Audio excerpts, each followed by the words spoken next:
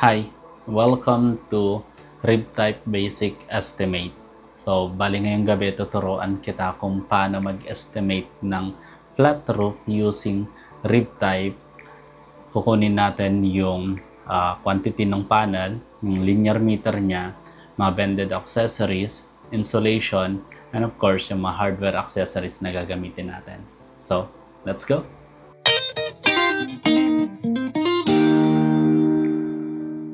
So, start tayo doon sa quantity ng panel. Bale, ang formula for panel is yung quantity is equal to width divided by effective width.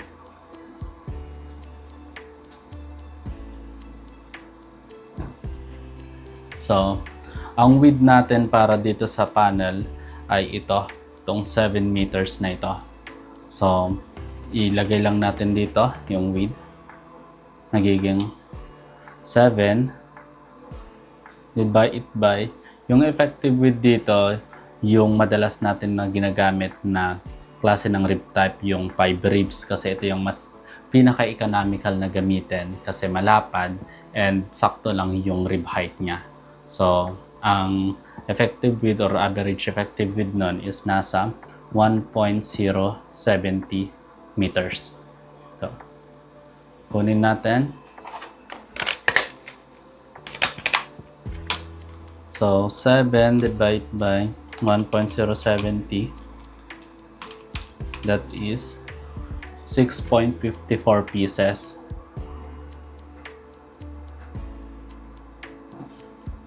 Pero dahil walang gumagawa ng 0.54, nira-round up natin yan into 7 pieces. So, yun yung quantity natin. Then, para sa linear meter, kasi ito yung pre-pression ng mga roofing companies, ang formula natin para dyan is quantity times length. Yung quantity natin is yung 7 pieces, then yung length natin itong 10 meters. So, that is 7 times 10 meters. That is equal to 70 linear meter. So, ganun lang kasimple. Nakuha na natin yung panel quantity, 7 pieces. Yung linear meter natin is 70 linear meter. Next natin, yung mga bended accessories. So, para sa bended, ang formula na ginagamit natin dito para sa quantity is equal to, kung dito sa panel is width divided by effective width, dito naman sa bended natin is length divided by effective length.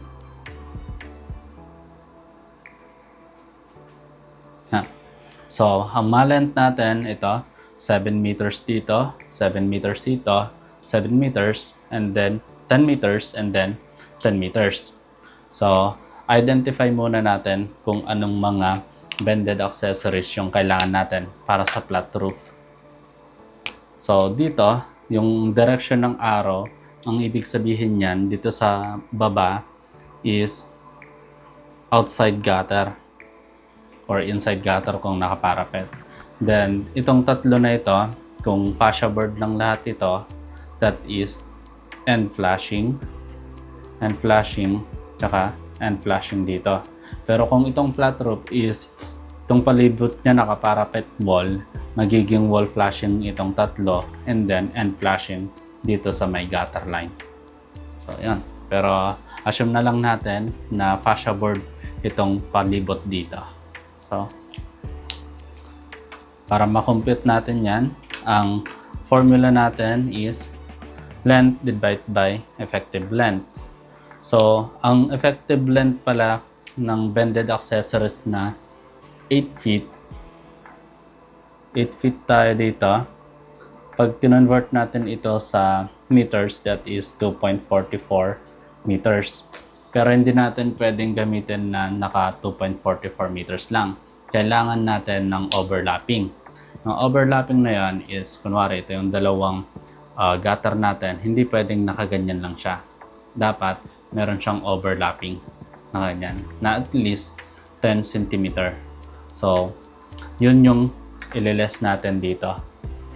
Kakaroon tayo ng ang effective width na natin or ang effective length na natin dito is 2.34 meter. Ito yung magiging divisor natin sa mga length nung kukunin natin na bended accessories. So, itong OG na ito, ang formula natin is length over effective length. So, gutter natin, 7 divided by 2.34. That is 2.99 pieces, or consider na natin ito as 3 pieces. Then, itong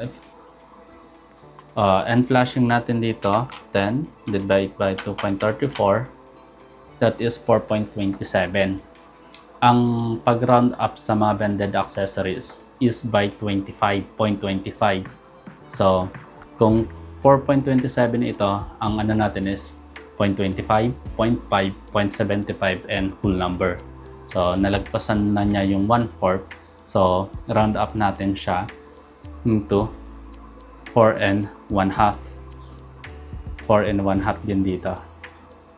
And dito, sa end flashing dito sa kabila, yung nasolve natin kanina dito na 3 pieces. So, ganun lang kasimple. Yun yung formula natin. So, bali, transfer na natin dito sa quantity. So, para sa OG, or yung OG pala is outside gutter. That is 3 pieces. Tapos, depende na lang sa size ng gutter na kukunin ninyo. Pero, ang madalas na ginagamit na or yung nakasanayan is at 24 inches yung lapad. And for the end flashing, pag-plusin lang natin ito. So, 4.5, 4.5, that is 9 plus 3, 12 pieces. At 24 inches din. So, yun. Nakuha na natin yung bended accessories natin. 3 pieces para sa outside gutter and 12 pieces para sa end flashing. So, move on tayo dun sa insulation naman niya. Para sa insulation,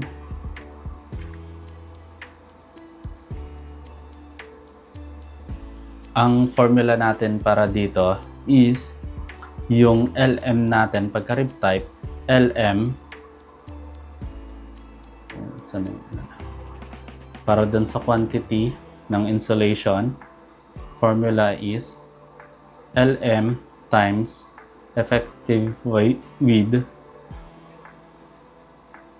divided by 46. Yung 46 na ito ang dimension kasi ng mga insulation foam like PE foam, single bubble insulation, and yung rock wool na insulation is nasa 1 meter by 50 meter. Bali 46 yung divisor natin kasi kailangan natin ng overlapping kabilaan. So, tig 2 inches or tag 2 or 4 centimeter yung magiging overlapping natin. So, insulation natin para sa quantity is equal to LM na 70 times effective width na 1.070 meter divided by 46. So, bali, yung LM natin, times lang natin sa effective width para makuha natin yung area mismo nung frame natin. Kasi ito, medyo maliit itong LM na ito kasi yung effective width nung panel natin is malapad. So, kailangan natin kunin yung frame mismo nung lalagyan. So, So, solve natin yan. Quantity is equal to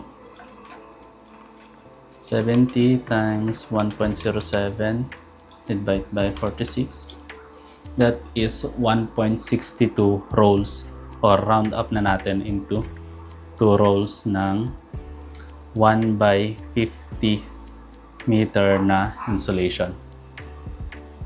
So, yun. Meron na tayong insulation. And for sa hardware accessories naman natin,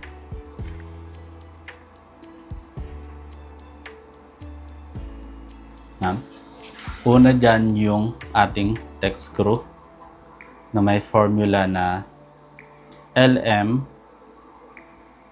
times N divided by yung purlin spacing. So, yung LM natin is 70 times yung N na ito, constant ito. Depende na lang sa orientation na gagawin ng installer. Na may dalawang orientation kasi pag rib type. Merong full tech screw, yung lahat ng rib lalagyan ng tech screw. Meron din yung diamond orientation. Pero mas prefer ko yung diamond orientation kasi pag mas maraming butas yung bubong mo, mas maraming dadaanan yung tubig para mag-leak. So, N natin para sa diamond orientation, that is 3.5. Pagka full text naman yung gusto ninyo, yung N natin dito is times 5. So, purlin spacing, ang standard na ginagamit ng mga contractor na purlin spacing is 60 cm. So, yun na din yung gagamitin natin. Times 60, that is 70 times 3.5 divided by 60. Yeah, 26. So, 408.33. Pero hindi maiwasan na may mahulog o malaglag o di kaya defect na mga tech screw. So, mag-plus tayo ng 25. That is 434 pieces. Yeah. So, depende na lang sa inyo kung ano yung gagamitin ninyo na size ng tech screw. Pero ang minimum na size ng tech screw para sa rib type na nasa 22 to 25 mm yung rib height is 12 by 55 mm. Yun yung ginagamit para sa metal na purlins. Pagka wood naman, at least 12 by 65. So, para naman sa blind rivets, ang formula natin dito is quantity ng bended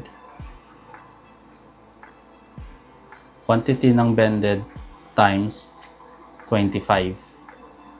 So, bali yung 25, ito yung average na constant na ginagamit ko para sa lahat ng sizes ng bended accessories.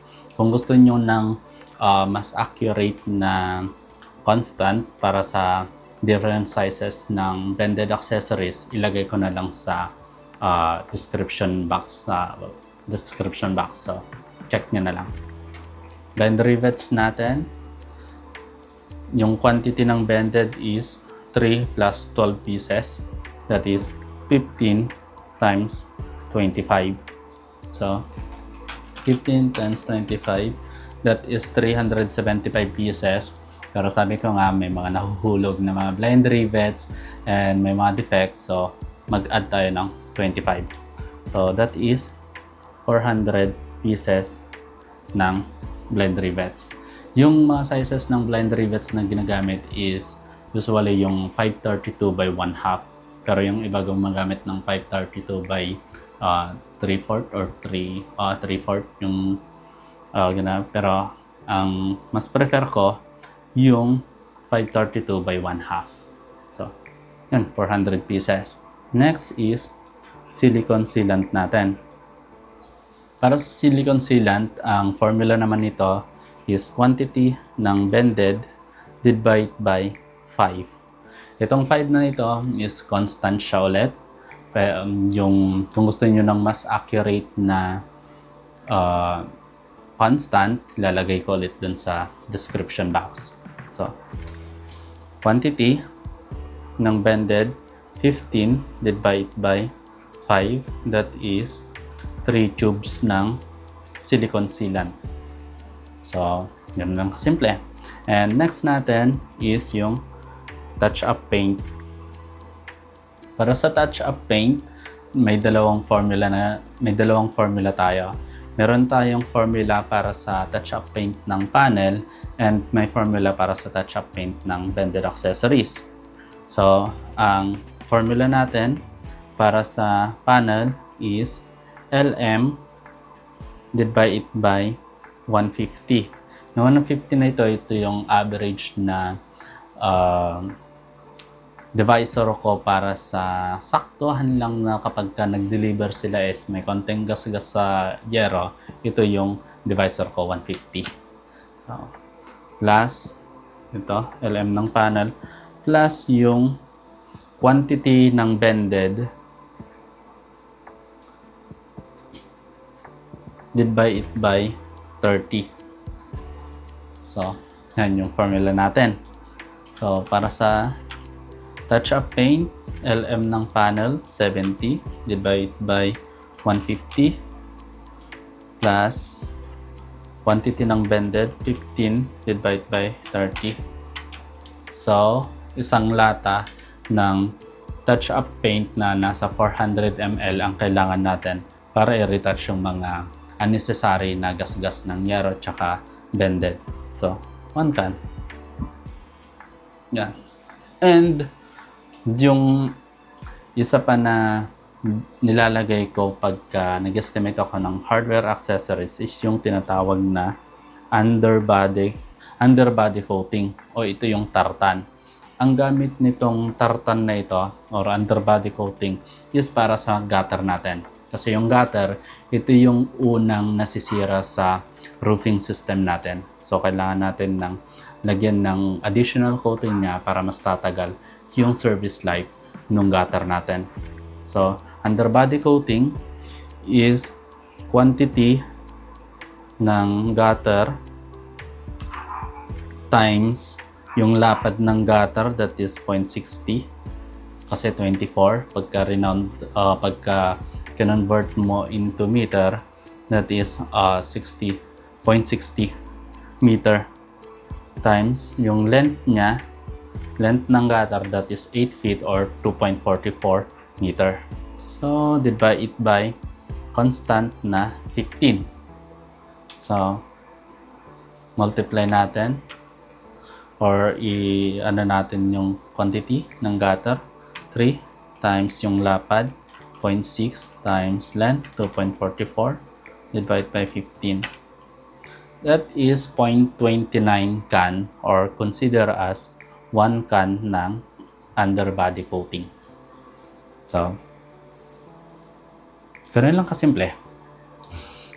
Ito lang yung kailangan natin ng formula and ganito lang yung process ng pag-estimate ng flat roof na type ng roofing using a rib profile. So, yeah. Kung nagustuhan mo tong video na to, please like and subscribe and see you again next time. Keep hustling!